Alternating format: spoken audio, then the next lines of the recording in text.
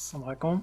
Bonjour, nous allons voir une comparaison entre les trois fameuses machines, la machine à courant continu MCC, la machine synchrone MS et la machine asynchrone MAS. Tout d'abord, on commence avec la machine à courant continu MCC. Le stator pour les machines de forte puissance est constitué d'un enroulement inducteur. Pour les petites machines de quelques kilowatts, on trouve au niveau du stator un aimant. Pour le rotor, il est constitué dans soit forte puissance ou bien moyenne puissance. Donc, on trouve des enroulements rotoriques.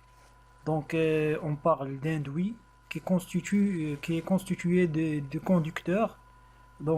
Afin de créer un champ magnétique. Donc c'est pour cela on dit induit. Il induit un champ. Voilà.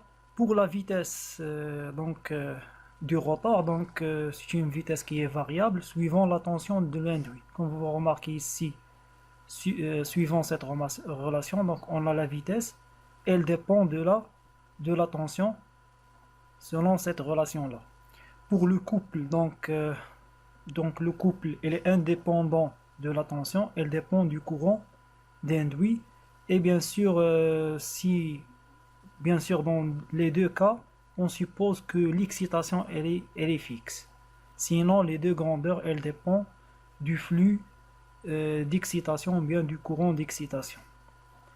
Pour les conséquences, par exemple, si on augmente la charge d'une machine MCC, donc on augmente le couple résistant, bien le couple de charge, donc on remarque une diminution de la vitesse rotorique. Au niveau de rotor, la vitesse elle chute, elle diminue, et on a toujours une limitation au niveau de courant maximal d'induit. On ne peut pas dépasser une certaine valeur de courant d'induit au niveau de la MCC. Pour le rendement de la machine MCC, généralement, elle est bien, elle est bon, donc d'ordre 90%. Pour l'inconvénient principal de la MCC, c'est l'entretien au niveau du système collecteur-balai. Donc, on a toujours ce frottement entre le collecteur et balai. Donc, on a la dégradation du charbon au niveau de ce système collecteur-balai. Pour l'avantage principal de cette machine, il s'agit de la commande simple de la vitesse. Par exemple, quand on marque suivant cette relation, on trouve que la vitesse elle est proportionnelle à la tension d'induit. Donc la commande de la vitesse elle est simple, et la même chose pour le couple. Donc on trouve que le couple elle est proportionnel au courant d'induit. Cela veut dire que cela veut dire que la variation de la vitesse et du couple elle est simple. En même temps, on a le découplage entre ces deux grandeurs. Cela ne se trouve pas au niveau des autres machines. Donc, au niveau de la MCC, on trouve que la vitesse elle est indépendante du couple. Donc, on peut contrôler le couple indépendamment de la vitesse et contrôler la vitesse indépendamment du couple. Pour l'utilisation de la MCC, généralement, le MCC, on peut l'utiliser dans la production d'énergie électrique comme génératrice, mais comme le coût de la MCC est cher, généralement on utilise la machine synchrone comme générateur. Voilà, le MCC, un autre inconvénient qui est principal de la MCC, c'est le coût élevé de cette machine. C'est pour cela on trouve au niveau industriel que elle est utilisée de moins en moins en industrie. Voilà, on peut trouver la MCC dans les moteurs brushless et pas à pas. Concernant la caractéristique de cette machine, la caractéristique ou bien la courbe couple-vitesse, on trouve que la courbe il est linéaire, et cela est un grand avantage de la machine MCC, la machine à courant continu. La linéarité du couple vitesse, elle est très importante et est un avantage de cette machine. Maintenant, concernant la machine synchrone, la machine synchrone, pour la constitution, le stator il est constitué généralement d'un enroulement statorique. Et au niveau de rotor, on trouve un autre enroulement pour les machines de forte puissance. Par contre, les machines de petite puissance, donc on trouve un aimant permanent. Voilà, donc pour les machines de forte puissance, on trouve un enroulement. Pour les petites puissances, donc on trouve un aimant permanent au niveau du rotor. Pour la vitesse, donc la vitesse, la vitesse de la machine synchrone, donc elle est variable.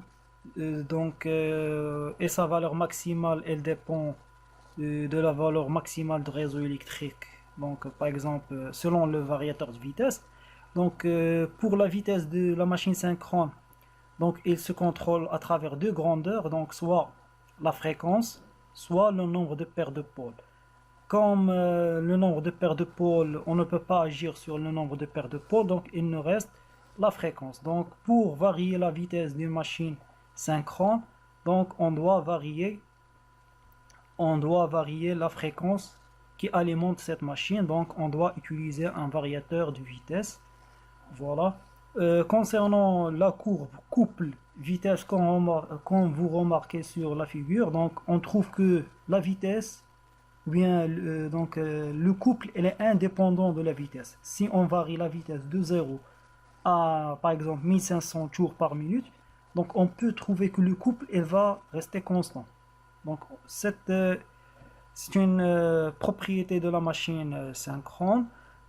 Si maintenant on augmente le couple résistant ou bien la charge au niveau de la machine synchrone, donc on remarque que la vitesse elle va rester constante. Donc la vitesse reste constante. Mais on peut avoir quelques problèmes au niveau du couple si on augmente le couple de charge. Donc on a un angle interne au niveau de la machine synchrone. Et même on peut perdre le contrôle du couple si on a le décrochage de la machine. Donc le plus grand risque au niveau de la machine synchrone, c'est le phénomène de décrochage de la machine. Soit si on démarre avec une fréquence qui est élevée à la machine, donc on peut tomber dans le décrochage, soit si on a un surcouple ou bien un grand couple de charge, donc on peut tomber dans le décrochage de la machine. Pour le rendement de cette machine, c'est le meilleur rendement pour une machine électrique, donc il peut atteindre jusqu'à 99% pour les génératrices au niveau des centrales électriques, donc ils peuvent atteindre jusqu'à 99%. Donc, pour l'inconvénient majeur de cette machine, donc elle a aussi un problème au niveau des entretiens des bagues, surtout pour les machines de grande puissance où on a des enroulements. Donc pour les grandes machines, donc on a un système de bagues donc pour alimenter le rotor. Donc c'est pour cela donc on a besoin d'un entretien au niveau du rotor. Et il y a le problème de décrochage qu'on vient de parler. Donc si le couple est élevé, donc on peut tomber dans le décrochage. Et le démarrage sur un réseau 50 Hz, donc il est impossible. Donc comme on vient de dire, donc si la fréquence est très élevée, donc on peut tomber dans le phénomène de décrochage. Donc on a besoin d'un variateur de vitesse pour varier la fréquence jusqu'à le régime nominal de la machine. Pour l'avantage, donc c'est le couple, le couple qui reste constant quelle que soit la vitesse, et la vitesse qui reste fixe quel que soit le couple. Même si on augmente ou bien on change le couple, donc la vitesse elle reste constante, puisqu'on a selon cette formule, donc la vitesse elle ne dépend que de la fréquence d'alimentation. Si on alimente par 50 Hz, donc on va avoir 1500 tours si on a deux paires de pôles au niveau de la machine. Pour l'utilisation de la machine synchrone, donc il est utilisé spécialement dans la production d'énergie pour son rendement exceptionnel. Donc on peut l'utiliser dans des applications spéciales. Donc des applications spéciales qui demandent une vitesse stable, quelle que soit la charge. Et on trouve ce type de machine dans des moteurs comme le brushless et les moteurs pas à pas. Maintenant, concernant la machine asynchrone, donc la fameuse machine asynchrone, donc le stator elle est constitué d'un enroulement statorique, donc pour produire un champ tournant. La même chose pour le rotor, donc elle est constituée pour on trouve deux types de rotors, donc soit des enroulements rotoriques, donc on parle de machines à bague pour les fortes puissances et les circuits, donc qui comportent on a besoin d'un pilotage par le rotor, ou bien des machines à cage, ou bien des machines asynchrones à cage. Donc pour les machines qui sont simples, donc et on peut piloter la machine seulement à travers le stator. Ces machines, ce deuxième type de machine à cage, donc elle est robuste, donc elle est connue par sa robustesse. Pour la vitesse de rotor, donc selon la formule suivante, comme vous voyez ici, donc la vitesse du rotor elle est contrôlable à travers trois grandeurs. Donc on a la fréquence donc la fréquence du tension qui alimente la machine, le nombre de paires de pôles et le glissement. Donc la troisième grandeur qui permet donc plusieurs donc il augmente les possibilités de varier la vitesse de la machine, c'est le glissement. Donc pour le glissement, donc soit on varie la résistance donc du rotor.